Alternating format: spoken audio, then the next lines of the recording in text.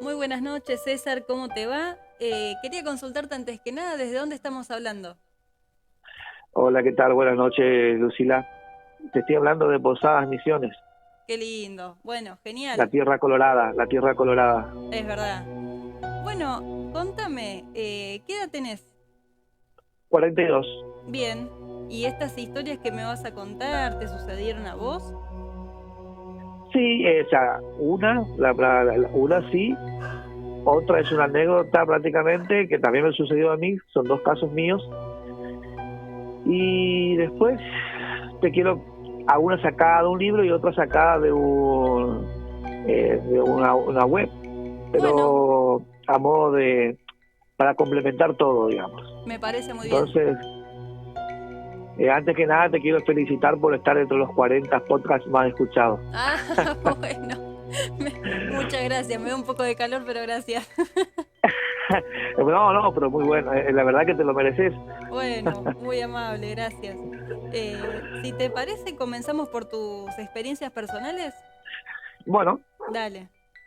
mira, esto sucedió allá por el año 87, 1987. Yo soy, si bien soy nacido en Posadas, tengo dos hermanos eh, que también nacieron aquí en Posadas.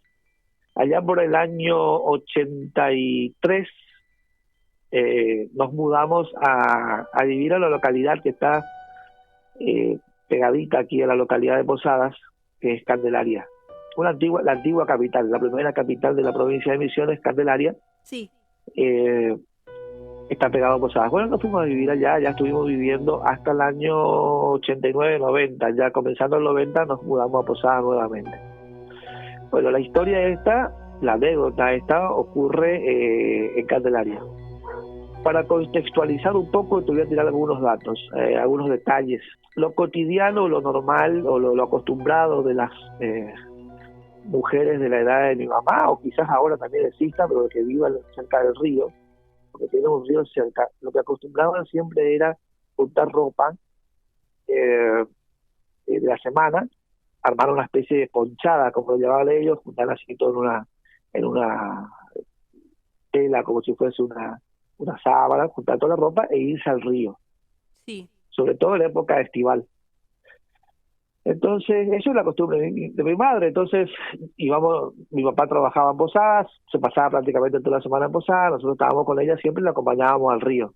Y ella allí, en Candelaria, teníamos un lugar que se llama La Corredera, le conocíamos como La Corredera, un lugar donde corría mucho el agua. Tenía unos planchones de piedra espectaculares eh, para golpear la ropa, como hacían ellos antes, en lugar de usar mazos, golpeaban la ropa contra la piedra. Bueno, era el lugar favorito de mi madre, aparte había una especie de piedra que le permitía sentarse. Bueno, era un lugar que acostumbraba a llevar ropa a lavar. Nosotros la acompañábamos a ella. Ese lugar tenía un planchón de piedra más o menos de, de, de 30 por 30 metros, por decir así, una superficie, que era como una especie de pileta natural, porque si bien había una corredera que estaba a unos 40 metros del borde del río, en esa parte es una especie de remanso, entonces ahí es como que era un balneario natural o la pileta natural para todas las personas que vivían en Candelaria y acostumbrábamos a visitar ese lugar.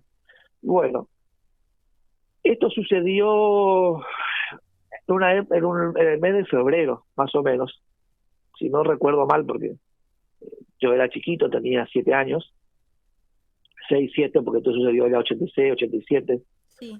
Eh, entonces, eh, las crónicas de la época, que eran más que nada diario y radio, porque no había mucha televisión en aquella época todavía, estaban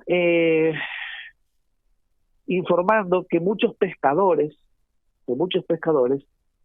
aseguraban que vieron un bicho, ellos le decían bicho, o algo, algunos decían algo, pero la mayoría decía un bicho, algo les molestaba, ya sea que estén con la canoa pescando en el medio del río o en la costa.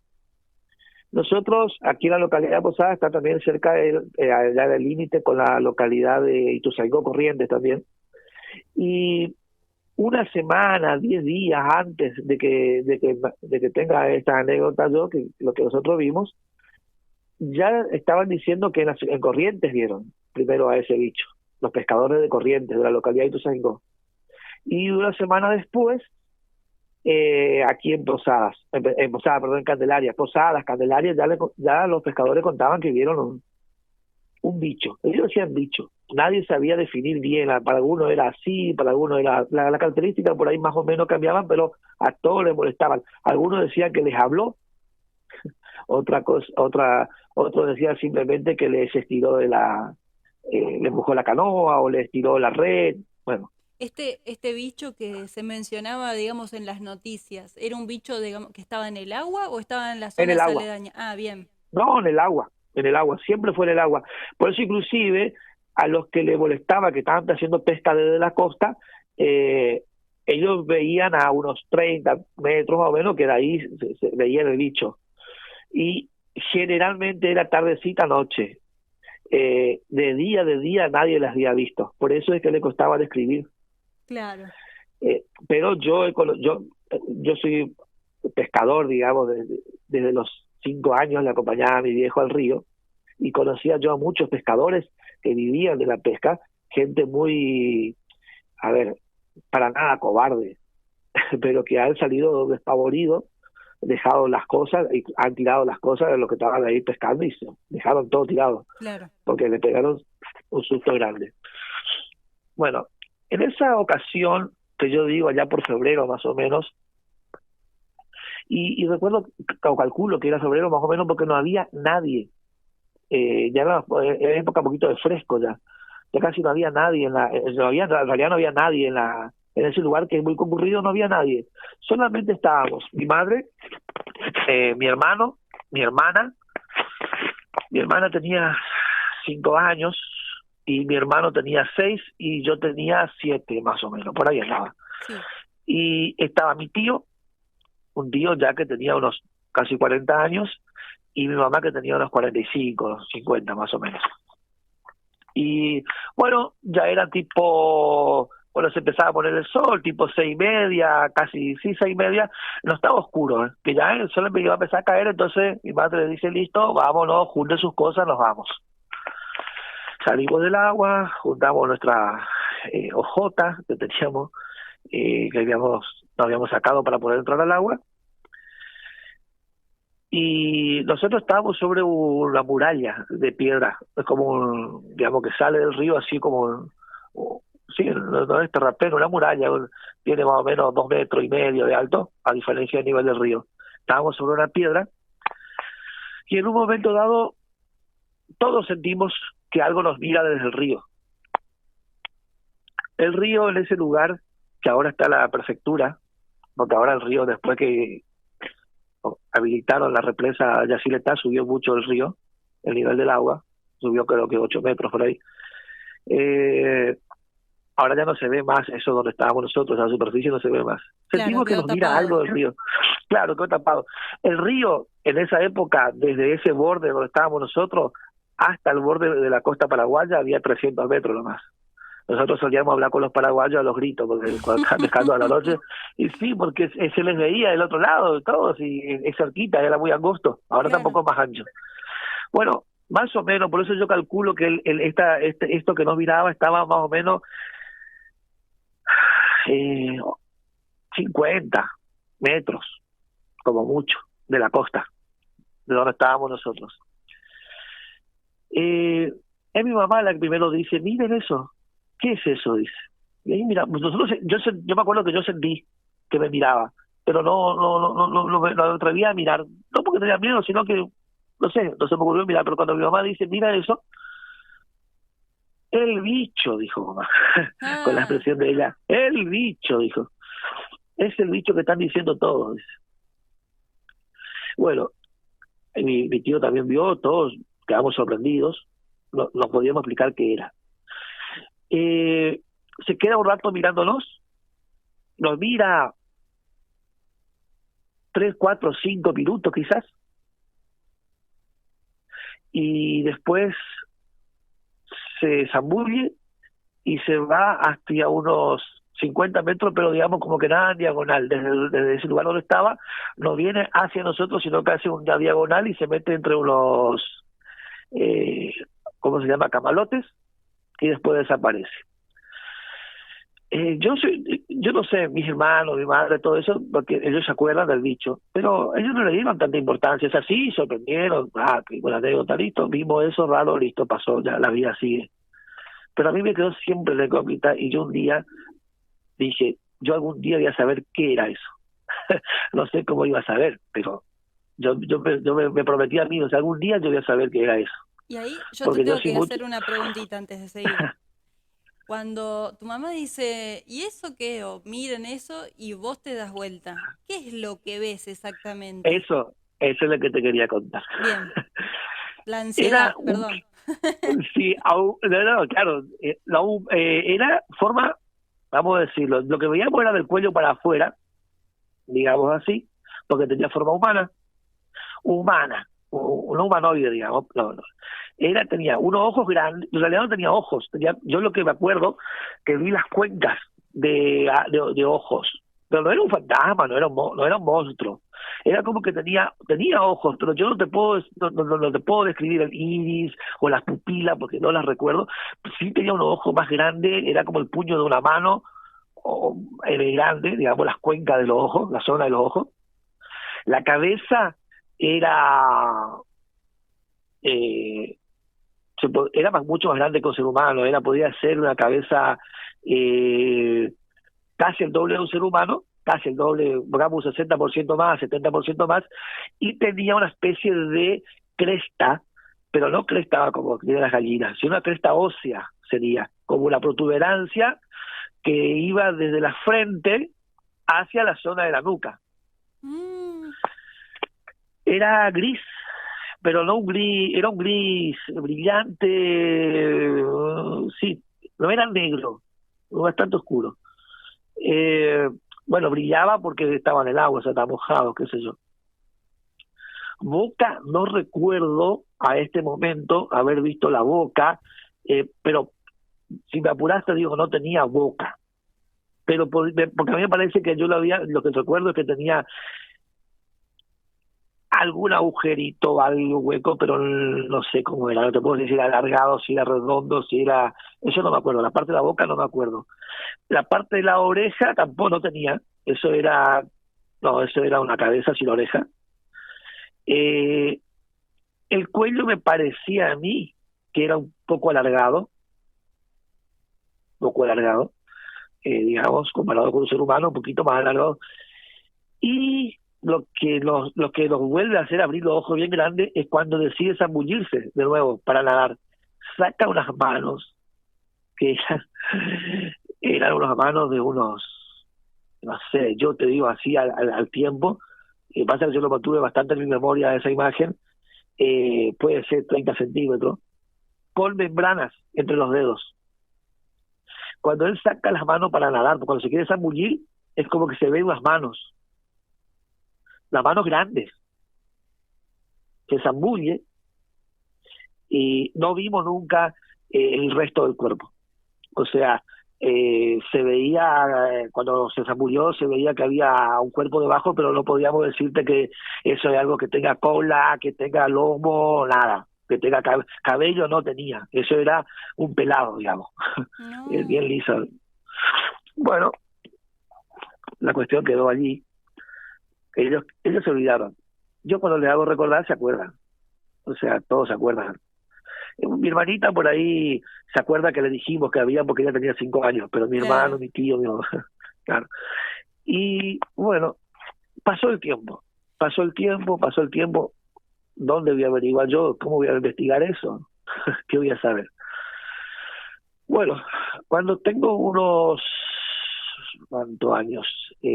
Ya casi 30 años, estuve buscando, mira, me gusta mucho mirar documentales de así de cosas llamativas, raras. Bueno, en general me gustan todos los documentales, pero me llamó la atención un documental que estaba en YouTube, estaba haciendo navegación por YouTube, y veo un documental interesante, para mí desde el título, miro a ver qué es, y un documental que yo no sé por qué, pero poco tiempo después desapareció de YouTube. ese documental no está en YouTube. Pero yo en ese momento sí lo vi, sigo buscando por internet a ver dónde está ese documental, si alguien lo subió en otra página. No está, ese documental de Discovery no lo encuentro. Eh, ¿De qué se trataba? Decía, las sirenas sí existen, el documental. Bueno, yo la verdad que miré el documental como un documental más que me interesó mucho, pero, a ver, en un momento, ellos ya casi al final del documental, dentro de un tiburón ballena, o sea, hay muchas pruebas interesantes sobre de que existen las sirenas que en ese documental se mostraban, muchísimas. Pero la que a mí me terminó de cerrar la historia es cuando sacan un esqueleto de lo que ellos creían que era un pez entero de adentro de un tiburón ballena. Sacan eso entero, no estaba así, no fue digerido nada, sino que así enterito estaba, el esqueleto completo. Sí, Bueno, lo sacan y quieren reconstruir para ver qué es lo que se comió el tiburón ballena. Cuando intentan reconstruirlo en el laboratorio, obviamente lo quieren reconstruir como si fuese un pez y no les encajaban las piezas. No les encajaban las piezas porque hasta cierto punto llegaban, pero después decía, pero si es un pez, este hueso no es de un pez. Sin embargo, este hueso es de este esqueleto, porque lo sacamos de adentro del tiburón, no es de otro pez, no es de otra cosa, el hueso es de acá, pero ¿y cómo? Hasta que a alguno de ellos se le ocurre que lo que ellos querían reconstruir como si fuese una aleta, ¿y si esto es una falange? Dice, ¿y si esto es una mano? No sé, se le ocurrió a uno. Cuando lo reconstruye como una mano, ahí empiezan a encajar los huesos. Y entonces dice, ¿y si aquello es una cabeza? Y bueno, la cuestión es que empiezan a armar ese esqueleto, termina siendo una especie de pez, o sea, una de sirena, pero digo, un pez, digamos, con alguna parte humana. Y a mí, lo que yo veo casi en el final de ese documental, ellos cuando arman un modelo 3D de 3 dimensiones, que primero lo hacen con la computadora, después lo hacen en una maqueta, cuando arman la cabeza esa, de ese pez, de esa sirena, digamos, cuando yo veo esa cabeza, esa era la que yo vi en el río. claro, Esa era la que yo vi en el río. Así como ellos pusieron ahí, ahí cuando veo eso digo, eso era. claro. Porque era idéntico. Porque lo que ellos armaron era idéntico. No, tremendo. ¿Y vos Esto te acordás? Perdón, no te es iba a algo que dé preguntar, miedo. esa Sí, noche, esa tarde, noche, cuando todos lo ven, que vos ya me hiciste la descripción, ¿qué es lo que hacen automáticamente? Ustedes, todos, ¿qué reacción tienen? no, la verdad es que no lo asustamos. Sinceramente no lo asustamos. Bueno, mi mamá está acostumbrada a ver bomberos y así, un montón de cosas, así que si eso le asusta, eso ya es Claro, raro. entiendo. Pero los otros, la verdad que lo miré con mucho interés, con mucha intriga. Claro, bien, Y creo que mi hermano no se asusta. Bueno, mi tío también es del campo, ya habrá visto muchas cosas. Y mi hermano, como nosotros no nos asustamos, creo que yo ¿sabe qué? Yo creo que ninguno se dio cuenta digamos, como que no reaccionaron, como quedaron ahí, no petrificados, pero como que no terminaban de procesar mentalmente que eso era una cosa súper extraña. claro, aparte ustedes eran muy chiquitos, de última, si tu mamá y tu tío no tuvieron una reacción de asustarse, entonces ustedes tampoco. Y no, y yo miré con mucho interés, sinceramente con mucho interés. Lo que sí yo sé que después de eso no salió más, nadie más vio nada. O sea, parece que de ahí se fue. Ahora, lo que yo después me puse a investigar cuando me di cuenta esto de la sirena, el documental ese, o sea, para mí era una sirena, un sirénido, un tritón, lo que sea, era algo de eso.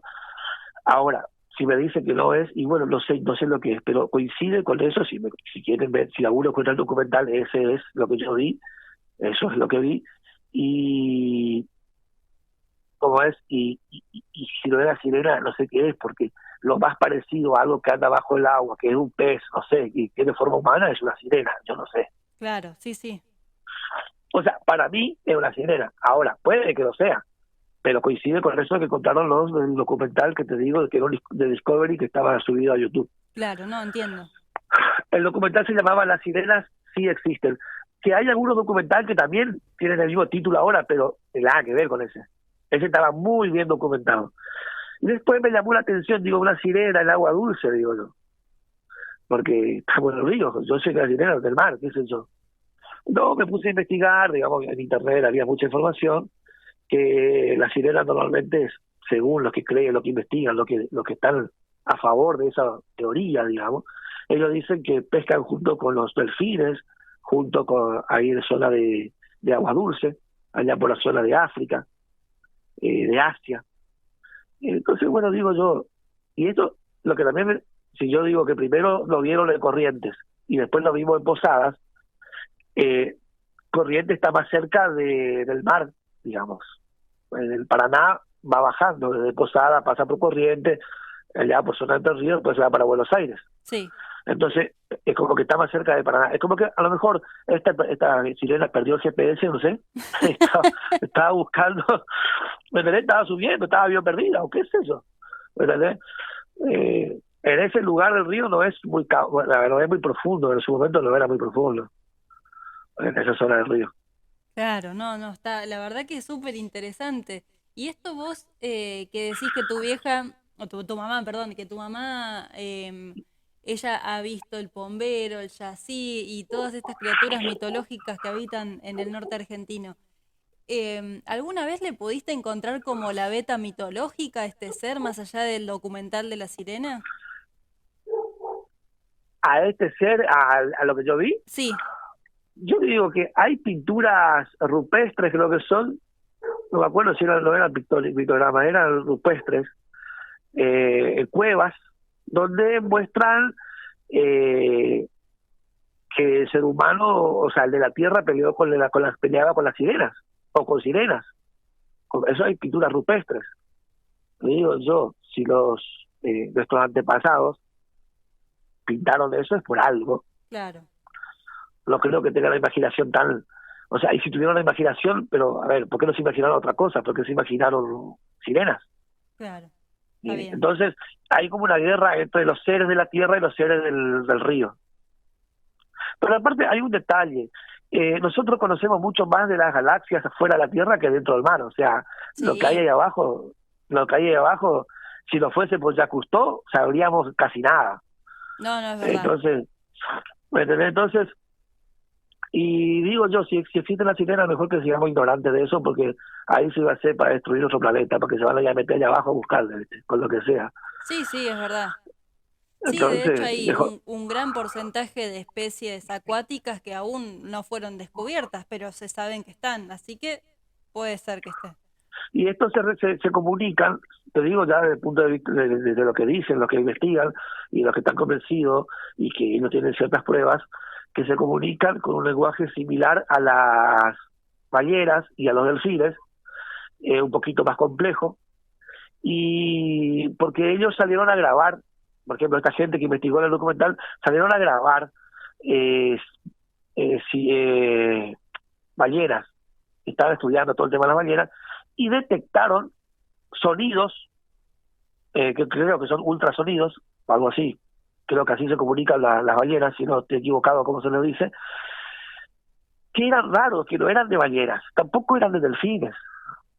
Y entonces ahí le empezaron a aislar y se encontraron con que había otro ser ahí abajo que se comunicaba de una forma similar.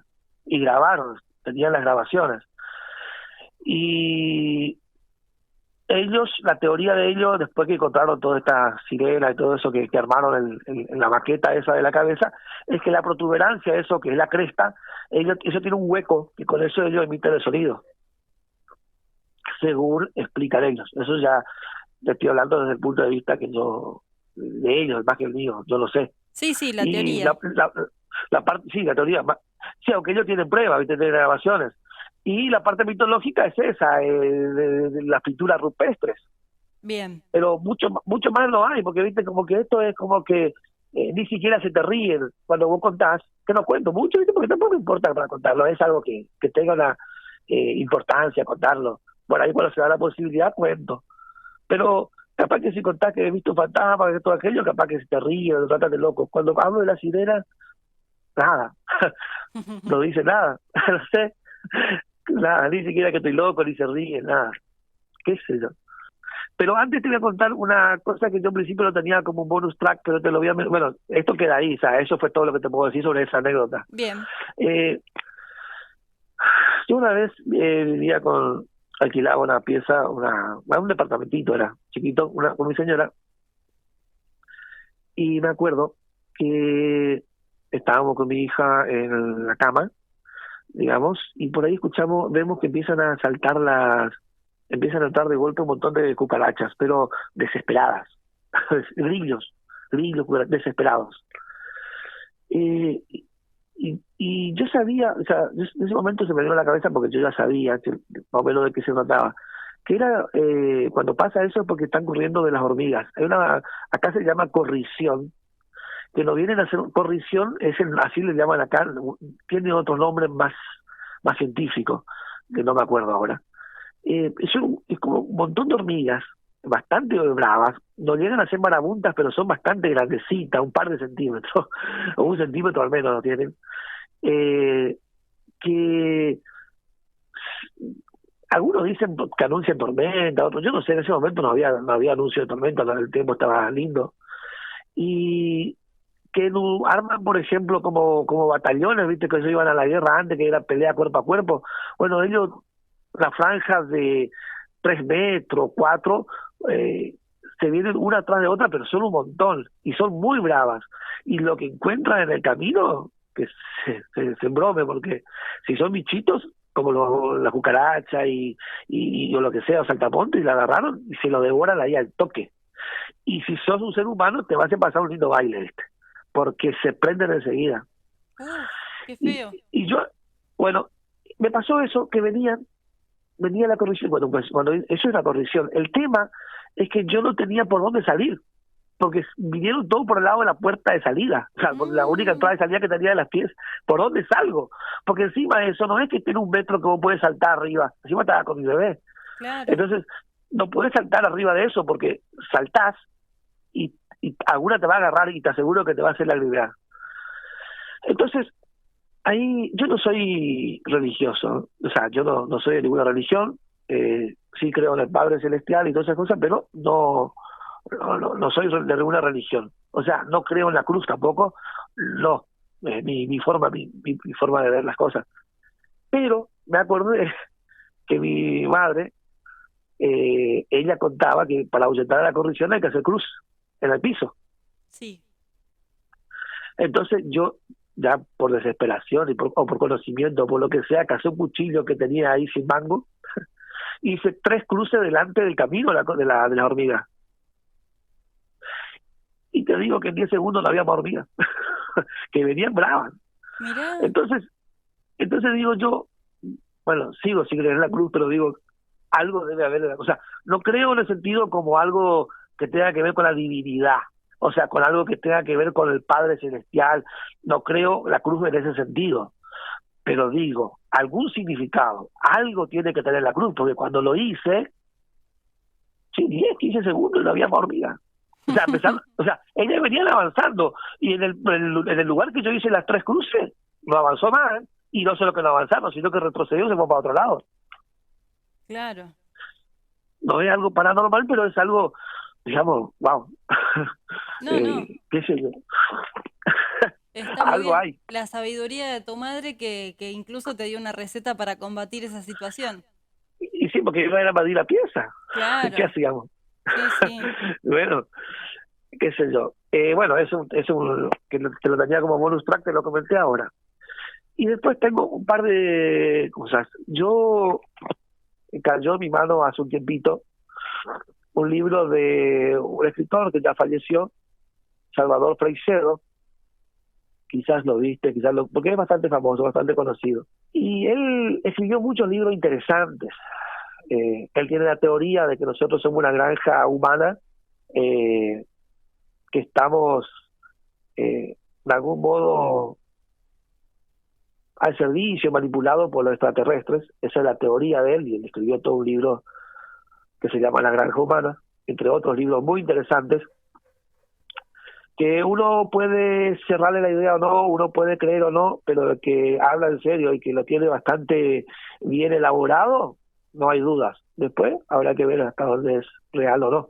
Sí, Pero él se dedicó durante muchísimos años de su vida, a donde había un caso OVNI, ir a buscar, ir a investigar. Y se documentaba, pero de la mejor manera posible, lo más que podía.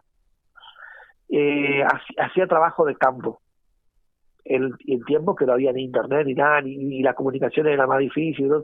Él igual se movía y hacía trabajo de campo. En todos los casos que él tiene para relatar, él hizo trabajo de campo. Y bueno, después yo te había pedido, te había avisado que iba a leer unas páginas del libro de él que se llama La Granja Humana. Él tiene varios casos allí. Y quiero comentar estos y otro más para después cerrar todo, que tiene que ver con lo que vi primero, con mi anécdota, para hacer un cierre, digamos, que todo tiene que ver con todo. dale. ¿Y cuál es mi teoría al final? Bien. Bueno, este caso se llama caso eh, Broma Macabra, así él lo dice en su libro. Tiene un capítulo que se llama Broma Macabra, y ahí él cuenta este caso. Dice: el caso al que me refiero sucedió en la noche del 9 de enero de 1978. 7 hombres, trabajadores, todos ellos de petróleos mexicanos, esto sucedió allá en México, se dirigían apretujados en plan de fiesta en una furgoneta marca Gremlin por la carretera del circuito del Golfo de Villahermosa hacia Cárdenas. Iban muy alegres y dispuestos a divertirse aquella noche, pues acababan de cobrar. Cuando más divertidos estaban con sus chistes y bromas, un tremendo impacto sacudió el automóvil, y todos sintieron en sus rostros el golpear de pequeñas piedras, que luego resultaron ser minúsculos pedazos de parabrisas. Tal como le sucede a los vidrios de los automóviles, que cuando reciben un fuerte impacto se fragmentan en 1000 pedazos.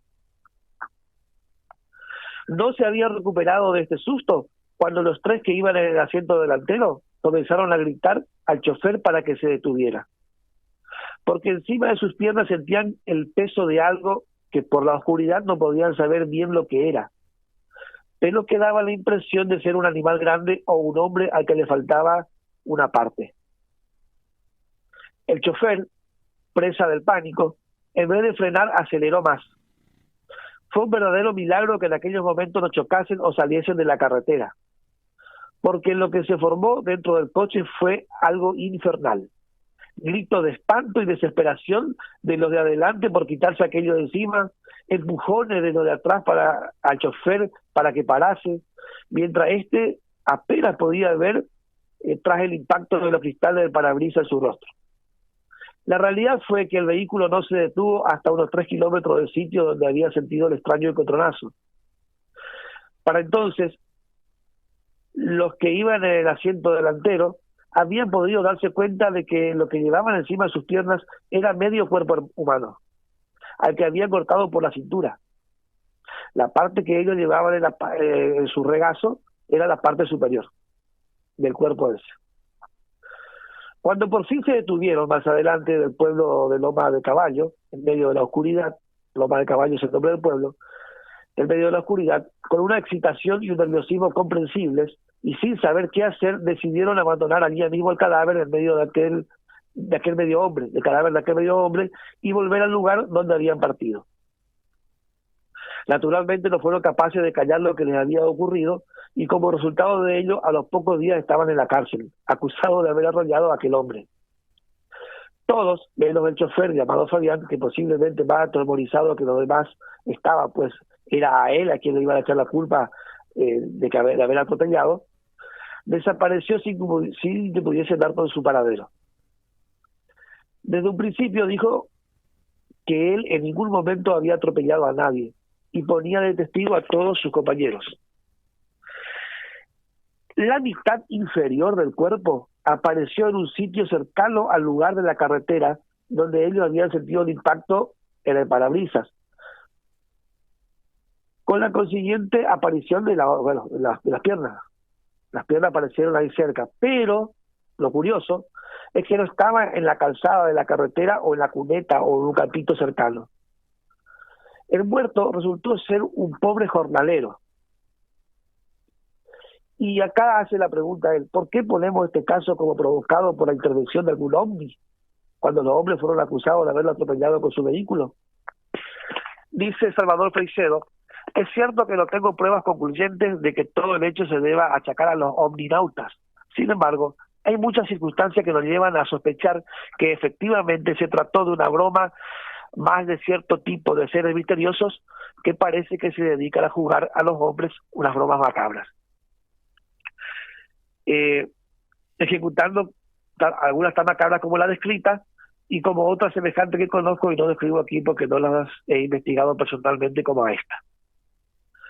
Si fuese el primer hecho de este tipo con el que me encontrase, ciertamente tendría mucho reparo en admitirlo sin más, pero desgraciadamente es uno más de una muy larga lista.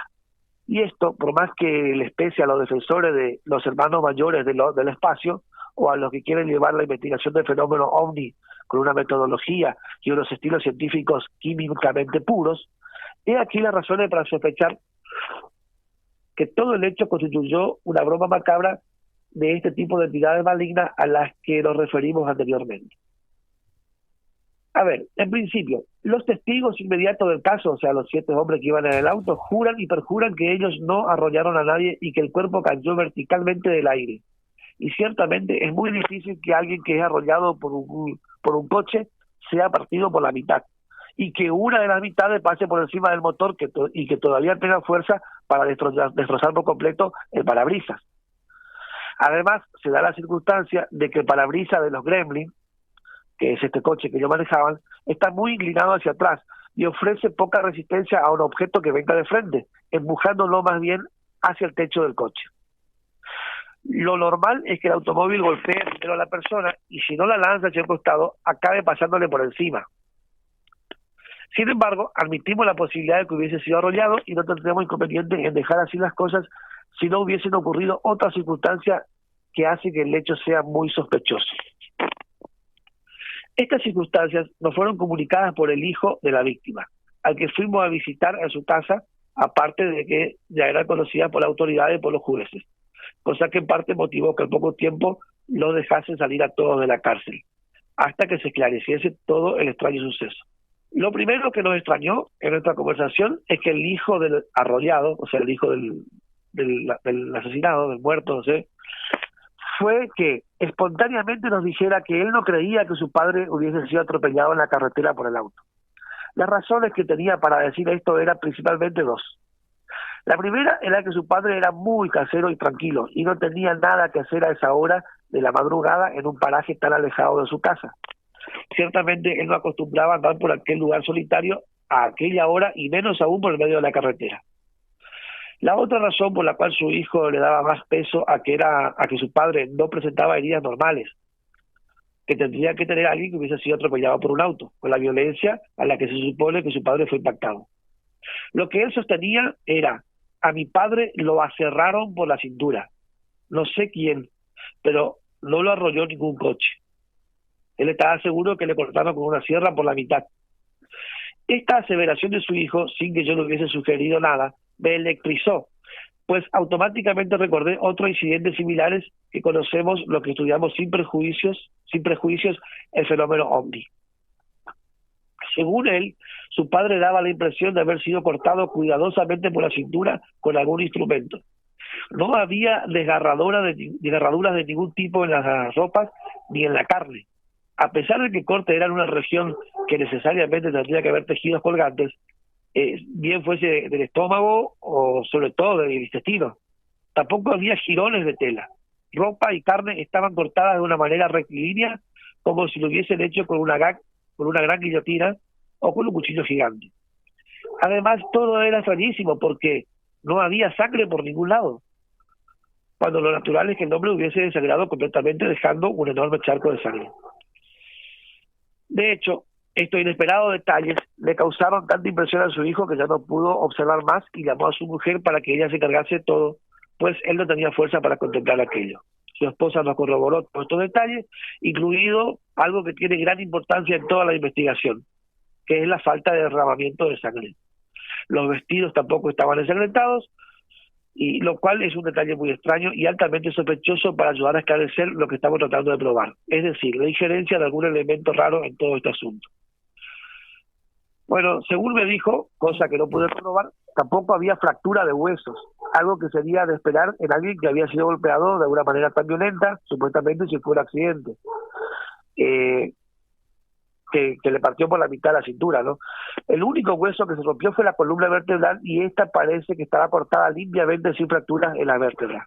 Como es natural, ni el hijo ni la nuera del muerto pudieron dar muchas explicaciones médicas acerca de esos detalles y tengo que confesar que me quedé esperando el resultado de la autopsia practicada por el forense.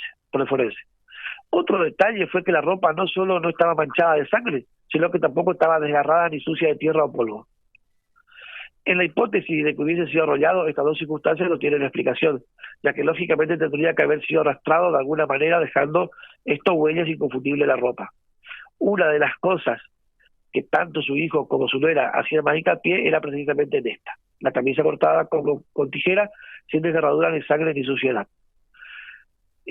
Ya termina, falta poquito. La familia simplemente no sabía qué había pasado y me da la impresión de que el fuerte nerviosismo que se apoderó de su hijo fue producto de la manera confusa en que cayó en la cuenta de que aquello no era una cosa natural. Y en el fondo tenía que ver con brujería o con algo misterioso que él no podía imaginar y por eso mismo lo aterrorizaba. No cesaba de decir, a mi padre lo aserrucharon. No quiero relacionar aquí detalladamente este caso con otros semejantes, con lo que nos encontramos con la budísima casuística ovni, pero ellos nos tomarían demasiado tiempo y nos apartaría mucho del tema fundamental de este libro. Pero el lector debe saber que en los anales de ovnis se pueden hallar sucesos muy parecidos a este que aquí hemos descrito y que de aquellos se llegó a la conclusión de que el extraño hecho había sido causado por tripulantes de un ovni. En este se da la nueva circunstancia de que dejaron caer desde arriba, encima del parabrisas de un coche en movimiento, con la premeditada intención de que lo rompiese y lo penetrase en el vehículo, asustando a sus ocupantes. Pero aún en este dejar caer de arriba cuerpos humanos descuartizados, hay antecedentes en la historia del fenómeno ovni y eso me ocuparé en otro libro. Bueno, me pareció esto es algo que me impactó cuando lo leí, una persona cortada por la mitad, que no derrama sangre, que no tiene colgajos, que no queda desgarrado. No, no, Parece, sí. Sí, la verdad que es un caso muy extraño, ¿no? Yo coincido bastante con, no necesariamente con que, yo no podría decir qué fue lo que le pasó a ese hombre, pero claramente un accidente automovilístico no fue. Es no, no, imposible, es imposible. y nadie puede decir qué le pasó, porque nadie es testigo, nadie puede dar fe de algo. No, claro, Pero lo que pasa que, bueno, uno cuando lee todo el libro completo, él empieza a dar muestra de que alguien juega con nosotros. Hay algunos gente que nos juegan bromas. claro. Yo a veces sospecho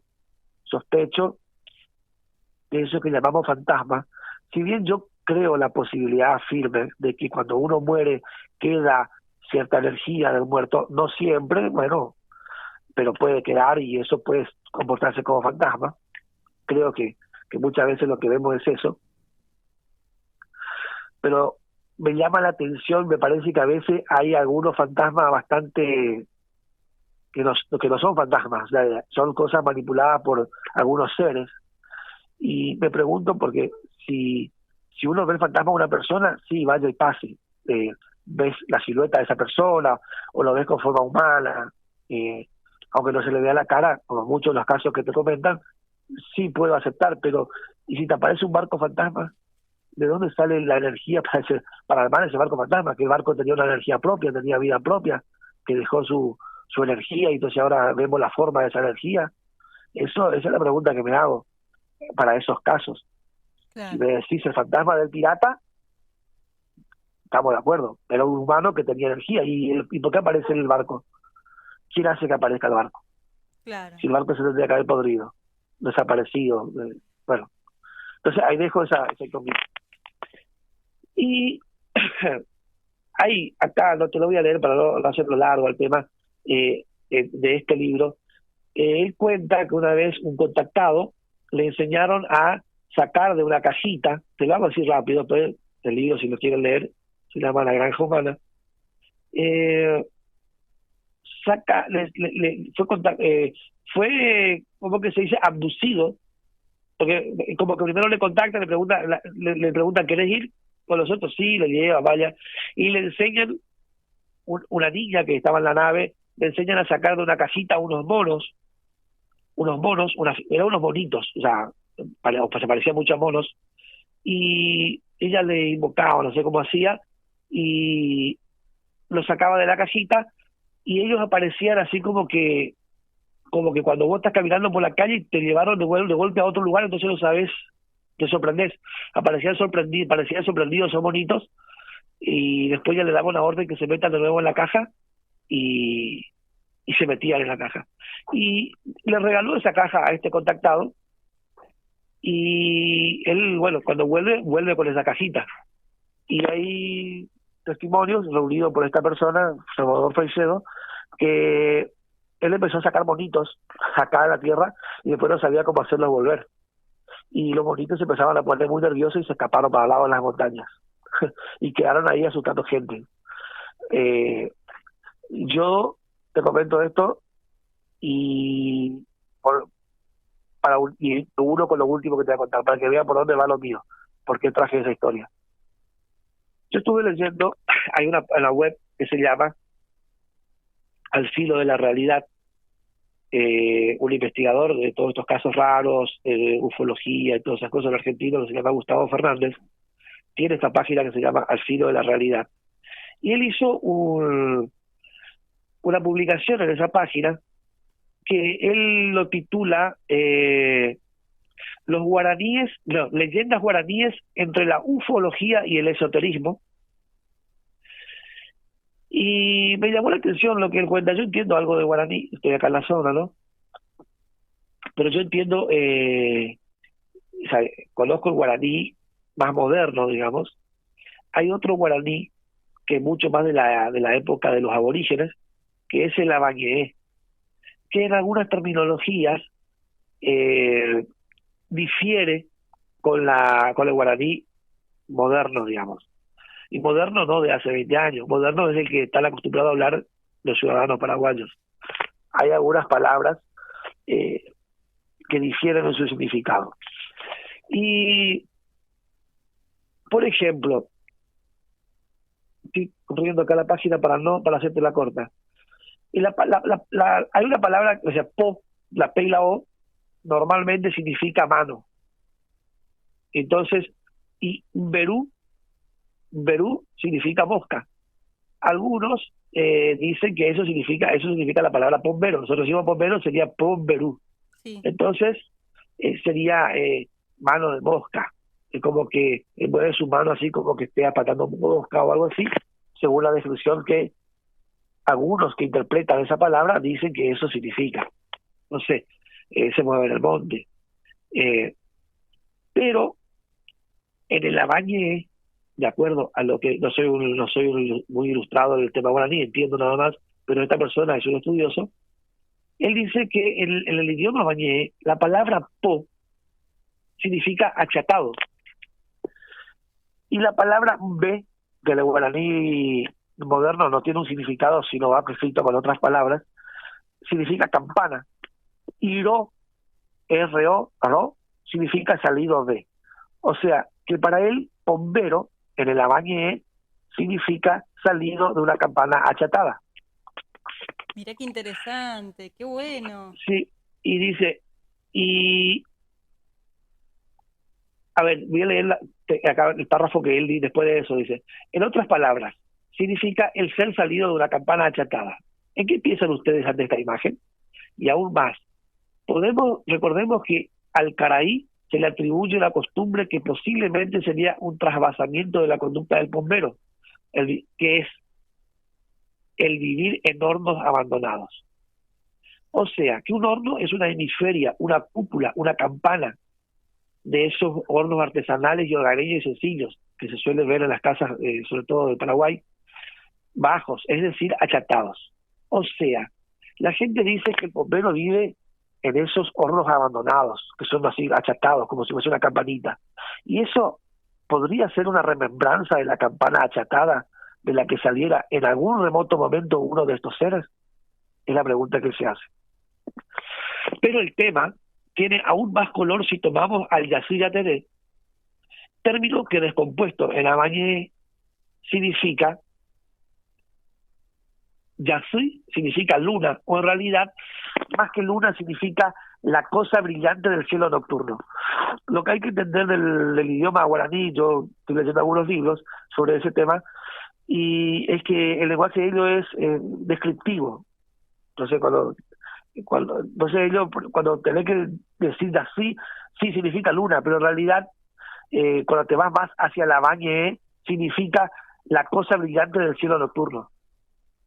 ¿Se entiende, no? Sí, sí, O sea, en el guaraní moderno, nadie te va a aceptar eso que diga la cosa brillante del cielo nocturno. Pero en el Alabañé significa eso. En el guaraní moderno significa luna. Al final de cuentas es la misma cosa, pero lo que hay que dejar claro es que lo otro es más descriptivo. claro. Entonces, Yassi significa la cosa brillante del cielo nocturno. Ya, que sería Yassi, ya, significa movimiento. Te significa zigzagueante. Rayo, por ejemplo, es arateré, que significa la luz zigzagueante que cae. Entonces, T viene a ser como que es zigzagueante, un movimiento zigzagueante. Y le, que viene de ro, porque bombero era, ro era salido de. Y le, R, viene de ro también, es el mismo verbo, que significa salido de. O sea que tenemos la cosa brillante del cielo nocturno que en movimiento zigzagueante salió de. O sea, sería lo salido o el ser que salió de la cosa brillante que cayó del cielo con un movimiento zigzagueante. ¿Se entiende? Sí, sí, no, está Eso es espectacular. el Yazid Yateré, que salió de una cosa brillante que estaba en el cielo nocturno y bajó en un movimiento zigzagueante hacia la tierra. Y eso va de la mano con lo del bombero, que salió de una campana achatada. Muy bueno, muy interesante. Entonces, y aquí empieza a unir el porqué. Esta página está interesante, hay mucho para decir, pero bueno, se llama Al filo de la realidad en internet.com. También hablan de el Teyuyaguá, que viene a ser parte felino, parte hombre, parte yacaré, Sí, pero él acá lo relaciona con posiblemente con los, ¿cómo se llaman estos? Famosos alienígenas, ¿cómo es? que estaban en la zona de la Mesopotamia europea. ay, me Eh, mataste, no sé. sí, sí, para no, está acá, para. Ellos tienen él lo relaciona con eso. Ahora, yo me acuerdo y te lo voy a decir. Te lo voy a decir porque está buena. Lo tenía acá, pero se me perdió. Eh, yo creo que estos seres mitológicos no son de acá, o sea, vinieron de afuera. Eh, vinieron de afuera, vinieron de, por lo menos así, el guaraní lo describe así, lo cuenta así. Eh, quedaron acá.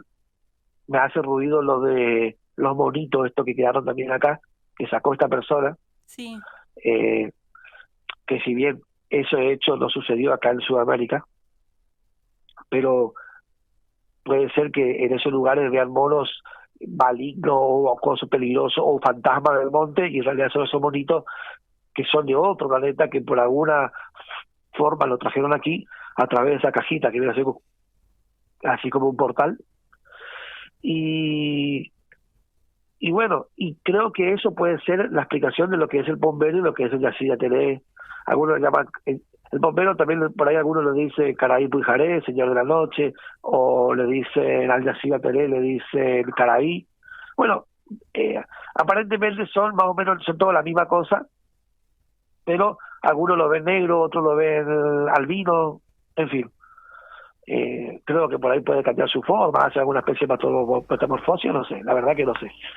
Eh, pero me parece que por ese lado viene el tema. Eh, que existen a los reptilianos, te decía. Los Teyuyagua para él está relacionado con los reptilianos. Ah, bien. Sí, él dice que los guaraníes pudieron haber visto eso.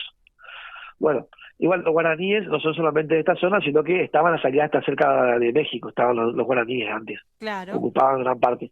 Entonces, en aquella zona por ahí es como que tuvieron más presencia lo que son los reptilianos, por el tema de los aztecas y todo eso, bueno, es otro tema, pero yo cuando pongo a pensar, cuando empiezo a unir todas las cosas que leo, que me informo, sin ser especialista, bueno, empiezo a unir, a tratar de dar cabos.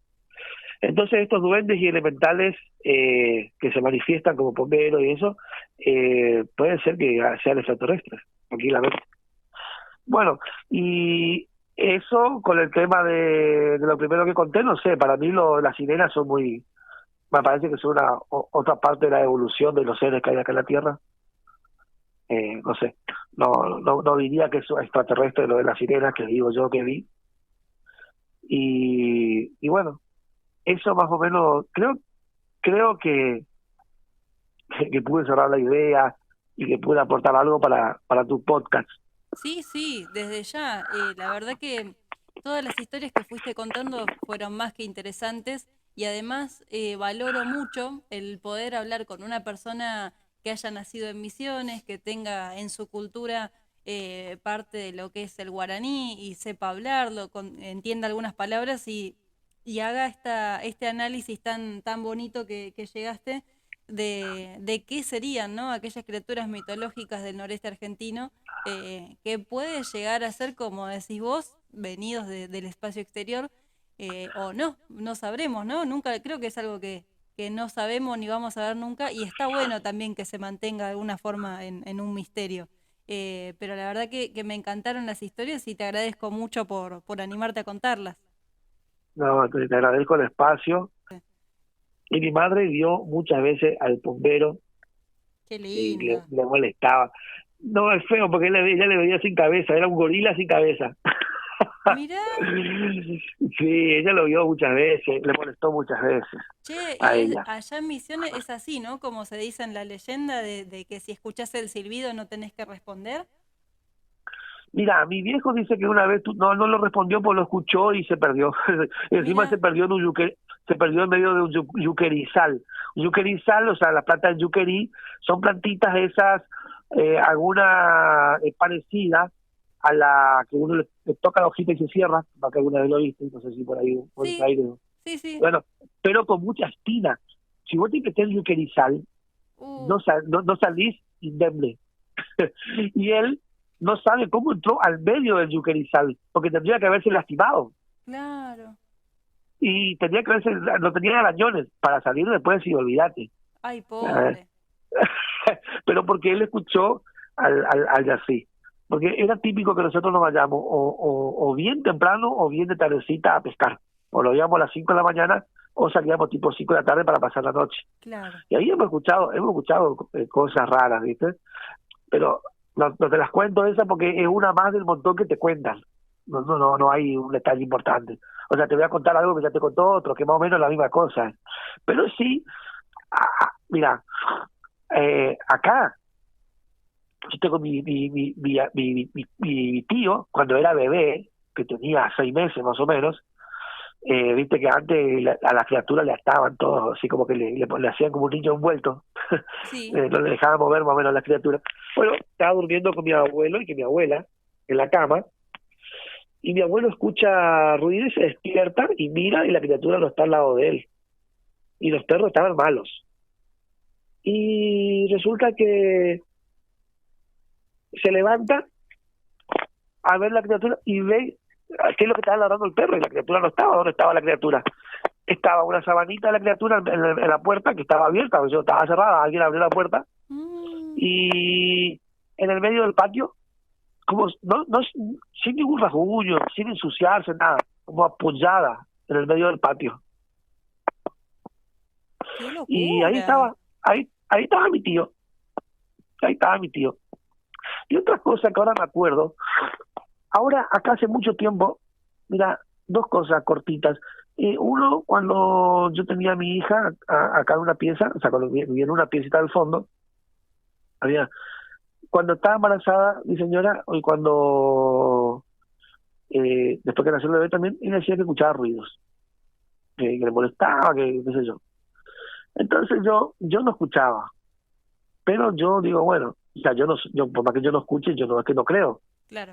Entonces, lo que yo hago es una cruz, viste, yo no creo en la cruz, pero al final de cuentas me termina salvando. Hago una cruz de, hago una cruz de chala de la hoja, del envoltorio del choclo, la Sí. chala seca, una cruz y pongo de ese lado de la pared donde hay ruidos y nunca más molestan. Eh, acá aparecían, acá en Posada, donde vivo, hubo un tiempo, hace unos 25, 30 años más o menos, que sí había cosas raras. Los perros quedaban locos, locos, locos, o sea, de ladrar, ladrar, ladrar. Y mamá me decía, ese es creo que me decía el bombero, no, ella me decía el Caraí. Caraí Puijaré es el Caraí del señor y Puijaré de la noche, Caraí Puijaré. Ella me decía, este Caraí, me dice. Y bueno, yo no veía nada, nadie veía nada. Pero cuando pasaba eso, al día siguiente, en el jardín, sí o sí aparecía un hongo alto de unos 15 a 20 centímetros, del que colgaba una tela como si fuese una tela mosquitero, con un olor hediondo, Mirá. fétido, mal, mal. ¿Y Mi eso vieja decía así, no lo decía, identificaban a ninguna planta en particular, nada? no, no, no, no, no, no, y eso un día, dos y desaparecía, se secaba, o sea, como que se podría, como que desaparecía. Mamá siempre le dijo que ese era ese ahí cagó el pompero, me decía. Esa buscar ahí. No, ella siempre me dijo que ese era eso. Ella decía que era eso. Yo no sé si eso es así o no, pero sí, cuando pasaba eso, al día siguiente aparecía ese hongo, que Mirá, era, te digo, vos te acercabas a unos 20 centímetros y ya empezabas a sentir, pero era muy feo el olor. qué asco. Bueno, Sí, un asco, te da un y asco. sí, sí, me imagino, por cómo lo describí, sí. Y Acá, sí, sí. no, te iba a preguntar, porque también parte de la leyenda es el tema de dejarle ofrendas como para que no moleste, ¿no? Esto de dejarle caña. ¿Eso ustedes lo Bueno, implementaban? bueno, mi abuelo lo hacía. Mi abuelo era una persona que sí le dejaba cañado, tabaco y todas esas cosas. Mi Sí. abuelo sí lo tenía como amigo. Eh, digamos que tenía trato con el bombero. No, no, lo tenía y la familia todos sabían. Claro. ¿Entendés? Y me cuenta mi abuela, sí, yo estaba con él y él sacaba un pedazo de su charoto, le dicen, de su charoto, y lo tiraba hacia el costado ¿cómo es? De su sillón, y ese era para el bombero, o para el caraí, o lo como sea, como le digan. O a veces hacen ofrendas con miel, con tabaco, con caña, y eso sí, o sea, yo en realidad no quiero comprobar si es así o no, porque no me interesa ir para ese lado de la energía, pero, pero que lo que te cuentan con tanta seguridad, y bueno, y mi abuela sí me decía que mi abuelo sí tenía trato con el bombero, Claro. y con el yací. Lo que sí acá, el yací le sirvió a muchas guainas son las chicas, acá en Misiones, eh, para justificar alguna infidelidad. Eso sí, le viene de 10 porque Sí, aparece, bueno, sobre todo en el interior, que son todas rubias, bueno, no todas, pero claro, porque le aparece un bebé rubio al morocho y me agarró el caraí.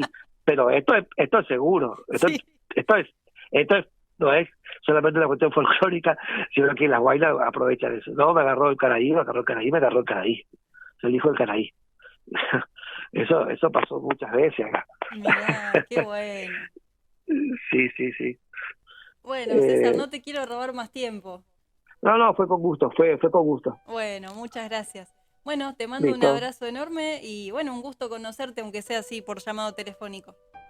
Dale, dale. Si después surge alguna otra cosa más, te voy a escribir para contar. ¿Cómo no? Bienvenido sea, sí, sí.